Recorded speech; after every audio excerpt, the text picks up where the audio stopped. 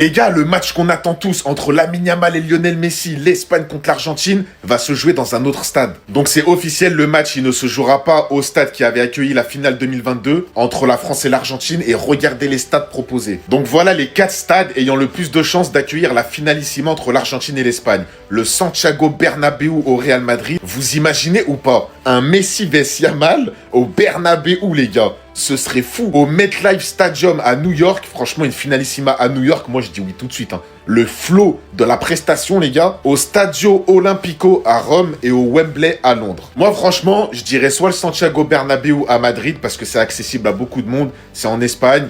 C'est dans le pays que les deux ils jouent tout le temps. Et surtout, c'est leur stade d'entraînement, les gars. Non, les gars, je rappelle, c'est leur stade d'entraînement, les gars, je rappelle. Ou sinon, à New York. Moi, je suis plus New York ou Madrid, les gars. Voilà, dites-moi en commentaire, vous. Mais en tout cas, ce match, les gars, il faut qu'il se joue. Je m'en fous où, mais il faut qu'il se joue. Vous pouvez pas nous enlever cette affiche. Tu te rends compte, un Yamal vs Messi, le petit prince contre le patron, l'élève contre le professeur. Non, on peut pas rater ce match. Les gars, la finalissima entre Messi et Yamal, l'Argentine et l'Espagne. Normalement, elle était prévue le 27 mars au Qatar. Mais avec ce qui se passe actuellement, les conflits, ils l'ont suspendu pour le Qatar. Et du coup, ça va peut-être être ailleurs, ça va peut-être être délocalisé. Et c'est là que c'est intéressant. Parce que ça pourrait être potentiellement à Paris. Mais si c'est à Paris, tiens, vous allez me voir là-bas, mais obligatoirement. Si c'est à Paris, mais je suis obligé. Le GOAT contre son fils. Le maître contre l'élève. L'ancien contre le nouveau. Celui qui faisait son bain contre celui qui lui a pris le bain. Bon, c'est pas encore sûr que ce soit à Paris, mais j'espère de tout cœur que ce sera à Paris. Ça se trouve, ça va être à Londres, à Rome, à Madrid et à Miami. Ou à Paris.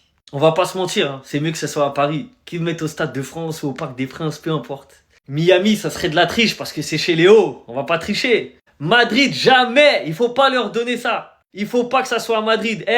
Ils ont pas le droit de voir des Barcelonais, du beau jeu. Eux, qui restent dans leurs problèmes. Les supporters là-bas, ils connaissent rien au football, donc on les laisse.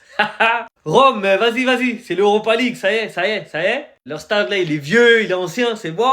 Et London, bon, j'avoue, Londres, ça peut être pas mal.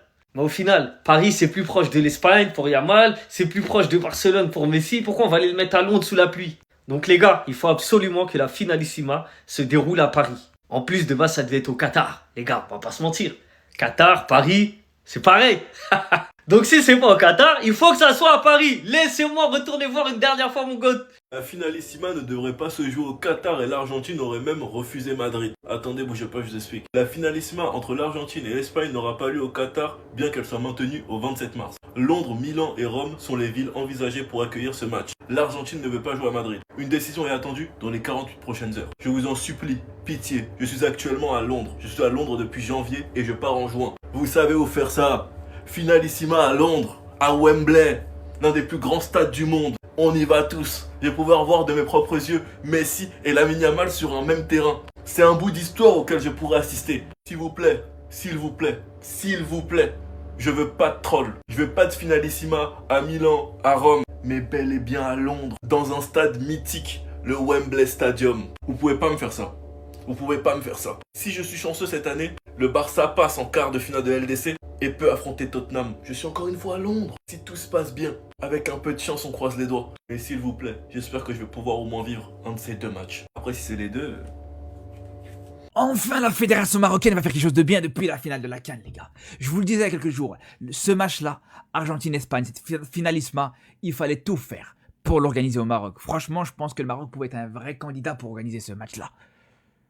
Et là, on apprend que ça pourrait se faire, que ça c'est apparemment en train d'être négocié. C'est même des journaux espagnols qui en parlent de cette information-là. Et je pense vraiment que ça peut être une très bonne chose, les gars. Vraiment, niveau médiatique, ce que ce match pourrait apporter, je pense qu'on ne réalise même pas, les gars. On parle d'une grosse affiche, une affiche que tout le monde attend. Dans le monde du football en général, je peux vous dire, on ne parle pas hors Afrique, les gars. Bien sûr, hors Afrique, je vous le dis, c'est l'affiche la plus attendue de ce début d'année 2026. Clairement, les gars. Au-dessus de la CAN. Quand tu parles aux Sud-Américains, tu parles à des Européens et des Espagnols, bien sûr, cette affiche était très attendue. Argentine-Espagne, champion du monde contre champion d'Europe. L'ancienne génération contre la nouvelle génération, Messi contre Yamal.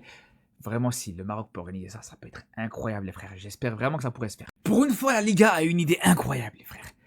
Pendant une journée de championnat, les clubs, ils devront jouer avec des anciens maillots. Des maillots vintage, des maillots à l'ancienne. Des années 80, 90, même un peu plus tard, s'il faut. Et ça, franchement, je trouve que c'est une très, très, très bonne idée.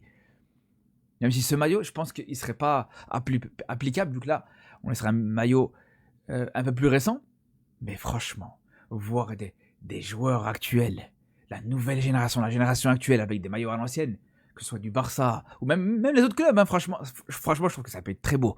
Une très bonne idée, les gars. Même au-delà des maillots, même les affichages, voilà, les affichages du tableau d'affichage, le score, etc. Vraiment, tout sera un peu à l'ancienne. Quand on sait qu'à l'époque, ce championnat était exceptionnel.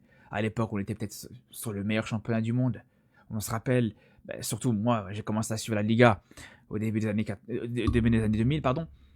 Début des années 2000, c'était un championnat exceptionnel, les gars. La Liga, début des années 2000, c'était incroyable. C'était le prime du football. C'était clairement le prime du football. Donc c'est là où je vous dis, les frères, vraiment, nous rappeler, nous faire une petite piqûre de nostalgie, ça peut être une très bonne chose, vraiment. Attendez, je sais et j'espère, parce qu'il faut bien le préciser, que c'est de la communication, mais quand Laporta déclare de telles choses, premier degré, ça me fait mal de l'entendre. Si c'est nécessaire, on recrutera un neuf, mais ce n'est pas obligatoire.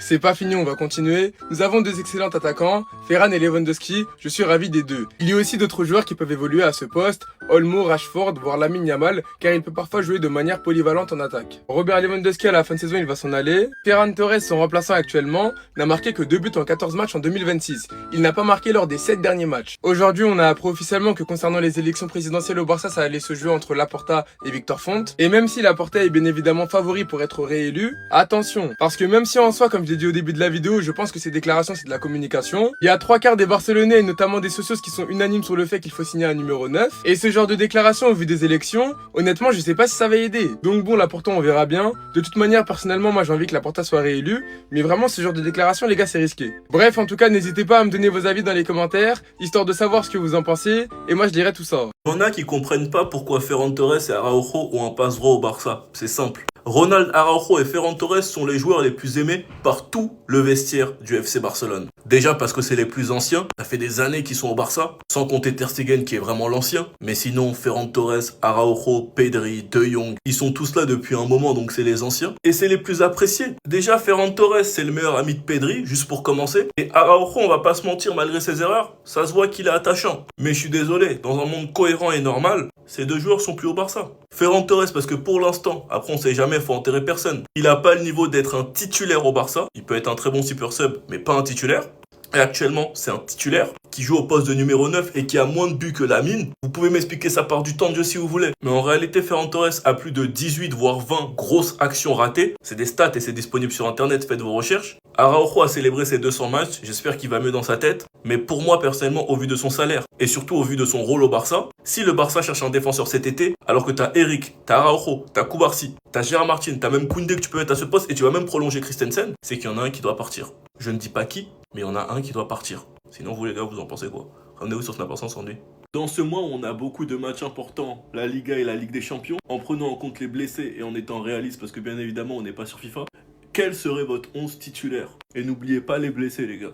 Bon, Pedri Rafinha, on sait déjà. Ça sert à rien de dire Rashford en 9, pour l'instant il le fait pas. Donc autant être réaliste en choisissant entre Ferran Torres ou Lewandowski. Personnellement, pour l'instant je reste sur Lewandowski. Le milieu de terrain actuel, il n'y a pas débat, c'est Pedri, Fermin, Bernal. On attend juste que Fermin soit un peu plus régulier et qu'il ne s'efface pas dans les gros matchs. On verra s'il sera titulaire face à Newcastle, mais c'est là-bas que j'attends Fermin personnellement. Et là où ça devient intéressant, c'est la défense. Pour moi, actuellement, là, on peut pas faire mieux. Ma défense, ce serait Koubarsi. Gérard Martin, que je préfère défenseur central que latéral gauche. Cancelo à gauche suite à l'absence de Baldé. Et du coup, Eric Garcia latéral droit. Comme ça, en termes de profil, tu te rapproches un peu plus. Eric Garcia qui remplace Koundé comme Koundé est blessé. Et Cancelo qui remplace Baldé. Et dans tous les cas, il est plus fort que Baldé. Parce que Flick est capable de remettre Eric Garcia dans l'axe. Cancelo à droite et du coup Gérard Martin latéral gauche. Mais je pense personnellement que ma compo peut pas faire mieux. Après Flick il peut très bien choisir de mettre Gérard Martin sur le banc et mettre Araujo avec Koubarsi par exemple. Et du coup Eric à droite et Cancelo à gauche. Mais pour moi je pense qu'on peut pas faire mieux. Sinon vous les gars vous en pensez quoi? Ramenez-vous sur Snapper sans s'ennuyer.